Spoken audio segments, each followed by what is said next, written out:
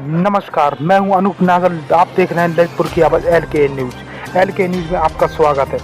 चौका बाग में होने वाली मुरारी बापू की कथा में सतुआ बाबा ने प्रेस कॉन्फ्रेंस कर दी जानकारी। जनपद ललितपुर एक बुंदेलखंड का सबसे प्रिय जनपद है। इस जनपद का प्रेम जन जन तक पहुंचता है हमेशा। ये अतिथि देवो भव की जो परिकल्पना है, इस जनपद ने हमेशा उसको साकार किया है। आज उसी क्रम में 30 तारीख से 30/4 से आज 5 तक पूज्य मुरारी बापू जी द्वारा राम कथा का एक अद्भुत आध्यात्मिक कार्यक्रम होगा। जिस प्रांगण में आप बैठे, यही प्रांगण में आप जहाँ बैठे उसके पीछे ही व्यासपीठ बनेगी और जिस पंडाल में आप बैठे हैं, इसी पंडाल में राम कथा की जाएगी। और जो भोजन की व्यवस्था रहेगी, ऑफिस है, जल की व्यवस्था है, पार्किंग है, इत्यादि है। आप लोग पहले से छाप भी रहे हैं। आप लोगों से मिलने के लिए एक वार्ता रखी है। बापू का आगमन जनपद ललितपुर में दूसरी बार है। आपको ध्यान होगा, बापू से प्रार्थना की जनपद ललितपुर में रावतपुरा में जब कथा थी तो उसी समय के लिए बापू का आगमन हुआ था। उसी समय जनपद वासियों ने भी प्रार्थना की थी और मेरी भी प्रार्थना थी सभी जनपद वासियों की तरफ से कि बापू राम कथा का एक बार आयोजन हो और आज बापू ने कई वर्षों की प्रार्थना को स्वीकार किया और हम सब जनपद वासियों को कृपा करते हैं। बापू ने 30 तारीख से 8 मई तक राम कथा का यहाँ रसपान होगा। हम सब जनपदवासी राम कथा सुनेंगे बापू के मुखारजन से। बापू का आगमन 29 तारीख को होगा। पुलिस लाइन में बापू हेलीकॉप्टर से आएंगे, इंदौर से, महाकाल की नदी से आएंगे, सीधे आएंगे। 8 तारीख तक बापू रहेंगे। कथा के बाद बापू का प्रस्थान होगा। इस दौरान अनेक लोगों का आगमन होगा। पूरे जनपद के क्षेत्रवासियों से भी प्रार्थना है कि राम कथा में आए और अगर उनके पास समय ना हो तो जैसे कुछ बापू कहते हैं कि साथ रहना अवश्य। तो यहाँ अनवरत भंडारा चलेगा और हमें लगता है कि जितना ज़्यादा से ज़्यादा लोग राम कथा का प्रभुत्व साथ लेंगे, उतना ही बापू की प्रसन्नता हम सब द्वारा देंगे। हमारी पूरी तैयारी है। एक दिन में अगर 1 लाख लोग भी भोजन करें तो ये बहुत बड़ी प्रसन्नता है। हम लोग कथा के गर्मी के माहौल को देखते हुए श्रोताओं के लिए जो फ्लावर्स हैं, बापू श्रोता नहीं कहते, फ्लावर्स कहते हैं, उनके लिए कोई असुविधा ना हो। उनको गर्मी के लिए तो पानी के सिस्टम किए जा रहे हैं जिससे पंखों के साथ ठंडी हवा भी आ सके और जगह जगह कूलर लगाए जाएंगे और पानी की व्यवस्था की जाएगी, उत्तम बैठने की व्यवस्था की जाएगी। अनेक जगह से ग्रामीणों से बसें लगाई जाएंगी। शाम को कुछ सांस्कृतिक कार्यक्रम भी हैं। सबके जब टाइम आ जाए, डेट आ जाएगी तो आप सबको बीच बीच में बता दिया जाएगा। और आप कुछ पूछना चाहें तो मैं। महाराज जी, आपने कहा VIP लोग भी आएंगे, तो कोई नाम है ऐसे जो राम कथा में सभी VIP हैं? एक गांव से जुड़ा। आपने अभी जिक्र किया, हमने कहा कुछ लोग, उन्हीं कुछ लोगों का नाम क्या है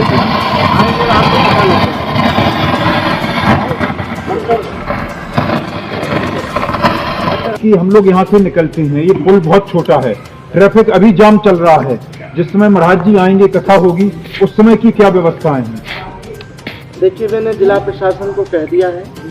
बापू को उतारा, आपको मालूम है कि किसका है, तो उनका फार्म हाउस है, उससे वो सुबह के पीछे ग्राउंड है, उसके पीछे कुटिया बना रहे हैं। बापू को हम लोग हाईवे रोड से लाएंगे और डेली कथा में आएंगे। ये नदी के ब्रिज की बात है, तो ट्रैफिक की व्यवस्था ट्रैफिक एसपी साहब कल करेंगे, मीटिंग कर लेंगे, उस पर सब रोड डाइवर्ट करेंगे कैसे क्या करना है। श्रद्धालु गर्मी के कारण पास में आ सकें उसकी भी व्यवस्था देखेंगे। शहर का आवागमन भी बाधित ना हो उसकी भी व्यवस्था देखेंगे। इस पर कल हमने बैठक बुलाई, इस पर कल चर्चा की। महाराज जी, अभी तक बापू जी ने देश भर में और दुनिया भर में लगभग 800 से ज़्यादा कथा का आयोजन किया है। ललितपुर में दूसरी कथा, हालांकि कहेंगे प्रथम ही, लेकिन दूसरी बार उनका आगमन हो रहा है। सबसे पहले तो पूरे प्रेस क्लब की तरफ से आपको साधुवाद। बहुत बढ़िया। दूसरी बात कि इतनी अपार श्रोताओं की आने की संभावना है, क्या आपके द्वारा प्रशासन के माध्यम से परिवहन की क्या व्यवस्था की होगी? देखिए, आप जानते हैं हमारा जो जहाँ से आ रहा है वो अपनी गाड़ी लेके आ रहा है। अपने आप में सरकारें आजकल ऑनलाइन का ज़माना है, सब कर लिया। हमें तो एक वो व्यवस्था करना है कि ग्राम का आदमी, कोई ग्रामीण अंचल होगा, ग्रामीण अंचल का आदमी बिना परिवहन के वो कथा से वंचित रहे, ये ना हो। तो हम इस पर कल तय करेंगे, हम गाँव-गाँव में बसें लगाएंगे और वो बसें लाएंगे, उनको छोड़ देंगे। हमें उनकी व्यवस्था देखना है। महाराज जी, बाहर से आने वाले लोग कितने श्रद्धालु होंगे? देखिए बापू जी, आप तो जानते हैं कि मुरारी बापू व्यास की श्रोताओं की पीठ में, ये तो भक्तों की अपार, उनके इतने हैं। बाहर से लोग कोई बता के कोई वो नहीं आते, अपने आप देखेंगे जिस दिन कथा होगी। नहीं, लगभग अनुमानित संख्या तो होती होगी ना कि कितने लोग बाहर से आएंगे? 5-6 हज़ार लोग आएंगे बाहर से, 5-6 हज़ार लोग से ज़्यादा ही आएंगे। जो आएंगे सबकी आप तो हमेशा देखते हैं आजकल के पंडाल में कितने श्रद्धालुओं को बैठने की व्यवस्था? हमारी 25 से 30 हज़ार लोग, यही नंबर और बढ़ाते जाएंगे जैसी भीड़ होती। श्रोताओं को कोई असुविधा नहीं होती शुक्ला। महाराज जी, कथा के मुख्य संयोजक या मुख्य यजमान कौन का है? यजमान बापू जी कथा में कोई नहीं होता है। अच्छा, बापू जी यजमान है, बापू जी श्रोता सब। हम लोग उनके जनपद ललितपुर में आ रहे हैं, बस यही हम लोगों का शोभा है। महाराज जी, एक चीज चर्चाओं में है, क्या मुख्यमंत्री जी भी आ सकते हैं क्या? उत्तर प्रदेश के मुख्यमंत्री भी हैं, गोरखपीठ के पीठाधीश्वर, और बापू का आगमन उत्तर प्रदेश में है, तो निश्चित ही आएंगे, संभावना है। आएंगे जरूर। क्योंकि ललितपुर यूपी-एमपी बॉर्डर पर रहता है, तो क्या मध्य प्रदेश के मुख्यमंत्री भी आ सकते हैं? तो वही तो सवाल है। व्यासपीठ से सभी जुड़े हैं, सब चाहते हैं कि बापू का साले दिखाए। तो ये आमंत्रण की पीठ नहीं, यहाँ आमंत्रण व्यासपीठ से नहीं मिलेगा, एक संदेश दिया, संभावना है, संदेश सबको दे। अखबारों में ये बात भी छपी है कि देश के प्रधानमंत्री सम्मानीय मोदी जी, नड्डा साहब, अब हमने पत्रकार लोग जो भी छापे, लेकिन हमारा है कि इस निमंत्रण कोई प्रोटोकॉल है, सबको कह दिया गया, सभी जिसको आना होगा आएंगे। ये कार्यक्रम करने के लिए आ रहे हैं, लेकिन क्या है, आवागमन की, एयरपोर्ट की सही व्यवस्था ना होने से देखते हुए कई जो वरिष्ठ लोग हैं तो कल परसों में तय हो जाएगा जिसके भी, और कोई अभी बापू की कथा में अभी हो जाएंगे कल परसों, अब एक ही दिन में। बापू की कथा में कुमार प्रसाद जी आते हैं, तो क्या आएंगे ललितपुर जनपद में? देखो आप हो सकते हैं। महाराज जी, कथा स्थल से कुछ दूर एक शराब की दुकान है, उसको क्या बंद कराया जाएगा? हम क्यों बंद कराएं? जिसको पीना होगा वो पिएगा दारू, जिसको कथा पीना होगा कथा पिएगा। हम कोई चीज बंद कराने थोड़ी आए। अच्छा, वो तुमसे भी कथा सुन सका, बहुत बढ़िया है। अगर मिलेगा कहीं उसको नहीं होगा तो हम उसको पैसा भी वो क्या है? दूसरा, एक 8 दिन लगातार सांस्कृतिक कार्यक्रम रहेंगे। देखिए, बापू का सानिध्य भी एक बहुत बड़ा नहीं, वो तो है, आपने जैसा बताया था ना कि शाम को सांस्कृतिक कार्यक्रम। सांस्कृतिक आइटम 2-3 हम रखने का है। अच्छा, 2-3 2-3 एक तय हुआ है। एक हेमा जी का चर्चा थी, हेमा जी के बाद भी वो भी आने, लेकिन एनर्जी नहीं मिल पा रही, और उनको यहाँ स्वास्थ्य का और 5 फुट ये सब नहीं, कुछ रहने की आवास की व्यवस्था है उसमें इसके अनुरूप नहीं है, तो बड़े, लेकिन महाराज जी, आपके प्रयास से प्रथम बार भी आगमन हुआ मुरारी बापू जी का, दूसरी बार भी आपके प्रयास से उनका आगमन हो रहा है, कथा हो रही है, इसके लिए हम आपको बहुत बहुत आभार। हम आपकी भूमि के बालक हैं। हम संत बनने के बाद इस भूमि से दूर जाना चाह रहे थे कि भूमि से अटैचमेंट न हो, लेकिन आप सबके प्रेम में जब से बापू की व्यासपीठ की छाया मिली तो त्याग ही एक वो नहीं है, प्रेम सबसे बड़ा। तो आप सबका जो प्रेम है तो मुझे लगा कि बापू भी हमारी जनपद में पधारे, यही हमारा सबसे बड़ा सपना। महाराज जी, एक महत्वपूर्ण प्रश्न है। कोरोना का दोबारा फिर से लहर आना शुरू हो गई है, तो क्या यहाँ कोविड प्रोटोकॉल का ध्यान रखा जाएगा? जनता पूरा विश्व कोरोना के प्रति जागरूक है। सभी को एक छोटे बच्चे को 8 साल का भी कोरोना का प्रोटोकॉल माने।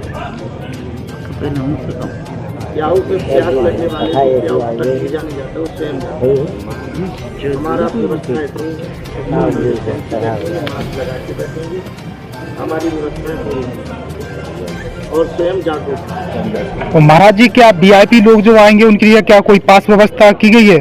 देखिए, कभी भी कोई व्यवस्था करने के लिए कोई वो ना हो जिसमें पार्टीशन, बापू की कथा में कोई महिला और पुरुष अलग अलग नहीं है, सब एक साथ बैठकर सबके ब्लॉक बना दिए जाएंगे।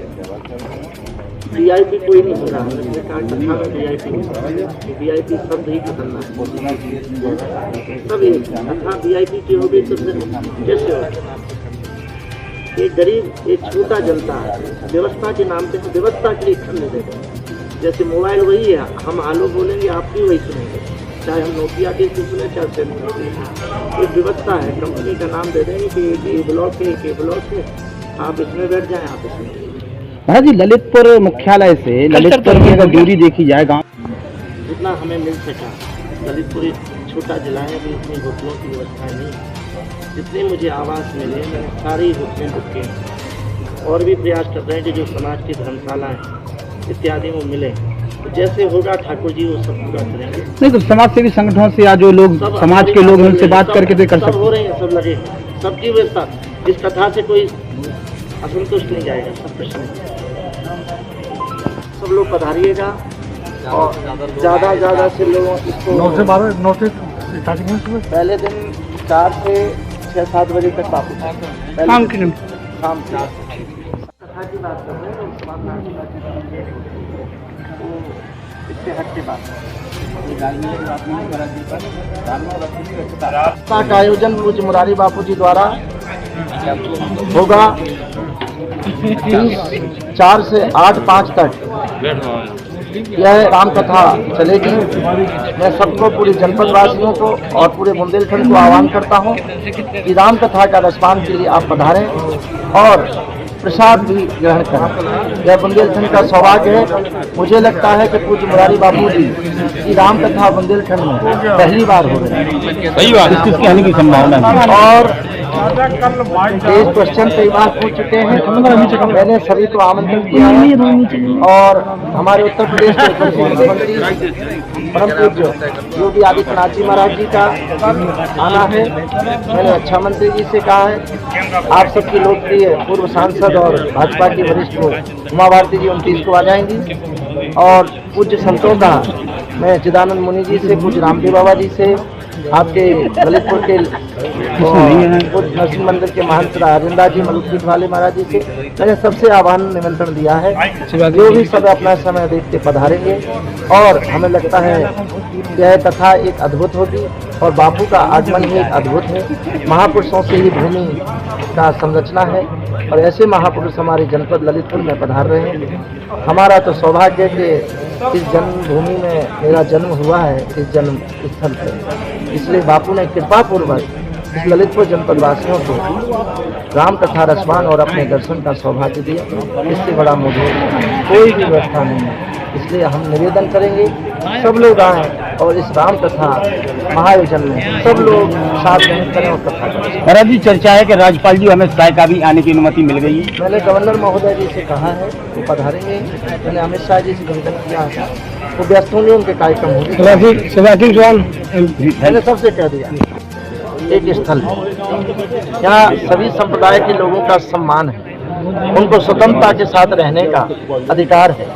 हमारी जो भी सरकार है माननीय प्रधानमंत्री जी और सभी उत्तर प्रदेश के मुख्यमंत्री जी सभी चाहते हैं कि कोई जाति समुदाय के सभी लोग यहाँ प्रेम और सौहार्द से रहें, लेकिन कोई धर्म विशेष और जाति विशेष का कोई झंडा लेके अपने को आगे बढ़ेगा तो हमारा प्रशासन ये भारत कानून से बना हुआ है, कानून के साथ जीता है और कानून का पालन कराता है। आज देखिए पूरे भारत में लाउड स्पीकर की जो मीडिया के द्वारा बात चल रही है, सोशल मीडिया के द्वारा है, मुझे लगता है कि यह कोई वायरल का बिंदु नहीं है, कोई चिंतन का बिंदु नहीं है। आराधना मन में होती है, कोई धर्म के लिए कंपटीशन करे या लाउड स्पीकर का ट्रेंड नहीं, इसलिए सब लोग अपनी आवाज को अपने आध्यात्म के अपने तक पहुंचा सके यही करें और समाज में इसका अशांति का वातावरण ना पहुंचाएं, क्योंकि अशांति का केंद्र अब वो नहीं रह सकता है, चाहे वो किसी भी संप्रदाय। महाराज जी सुंदरकांड घर में कहा जाता है या मंदिर में, लेकिन घर घर जाके दरवाजे पर सुंदरकांड होना कहाँ तक न्याय संगत है? तो इसमें राजनीतिकरण है आध्यात्मिक? मैं कहना चाहता हूँ सुंदरकांड का पाठ हनुमान जी का पाठ है, अगर हमारा घर है हम राजी हैं तो सुंदरकांड का पाठ करना चाहिए, अगर हमारी सहमति नहीं है तो अपने मन में आपको कर लेना चाहिए। यह दिखाने का नहीं है, ये आराधना का विषय है।